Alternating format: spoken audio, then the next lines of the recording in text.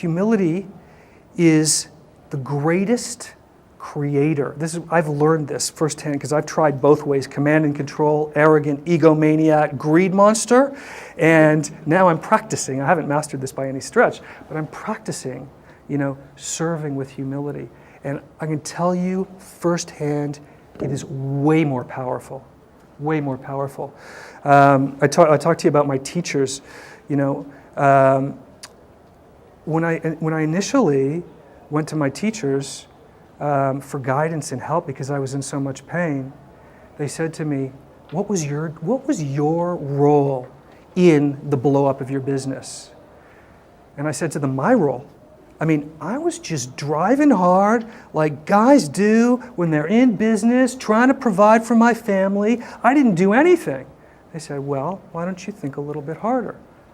What was your role?"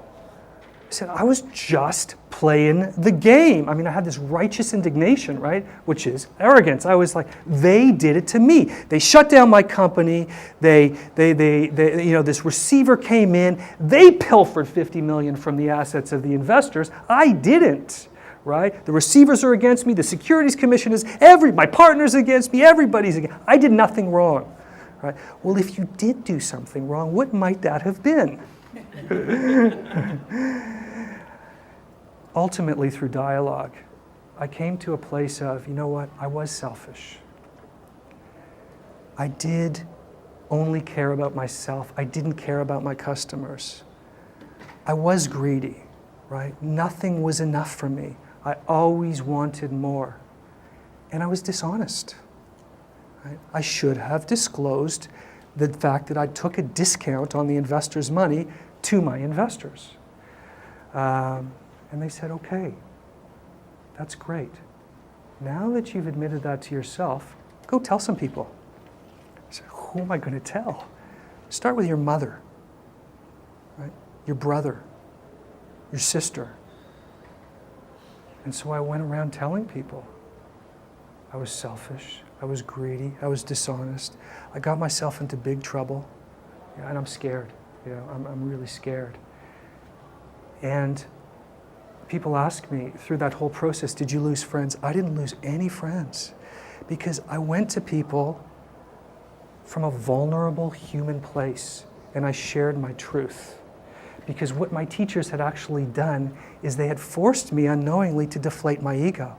So all of that arrogance shriveled, and I was sharing my truth as a human being. We're all flawed, we're all vulnerable, and what I got back was tremendous love and support. So they were teaching me, in effect, to be humble. And the way that I look at humility is you have shame on one side, and we all experience shame, low self-esteem. It's a human feeling. But what people do is they run to the other extreme, which is arrogance. Right? In order to mask the fact that they're scared and they feel shameful. And what happened for me is I went, shame, then I go, oh, I hate the way this feels. I'm a superstar. I'm going to build $1 billion company. I went back to shame, and then I drove, smart, back and forth. And what I learned through my teachers is there's a divine middle ground, right? Where you're not better than anybody, and you're not worse than anybody. We're all human. You've got nothing to be ashamed of, and you've got nothing to be proud of. But if you're given these opportunities, these skills of cleverness and coming to university and getting fantastic jobs, then there's a responsibility to serve other people. And in that humble service, and I'm not saying that everybody should go be a spiritual leader, right? I'm saying bringing spirit into leadership is what inspires. The root word of inspire, which is what all leaders want to do, is spirit. But business has lost its soul, right? It's all in the head. It's numbers, strategy, structure, execution, all of these things.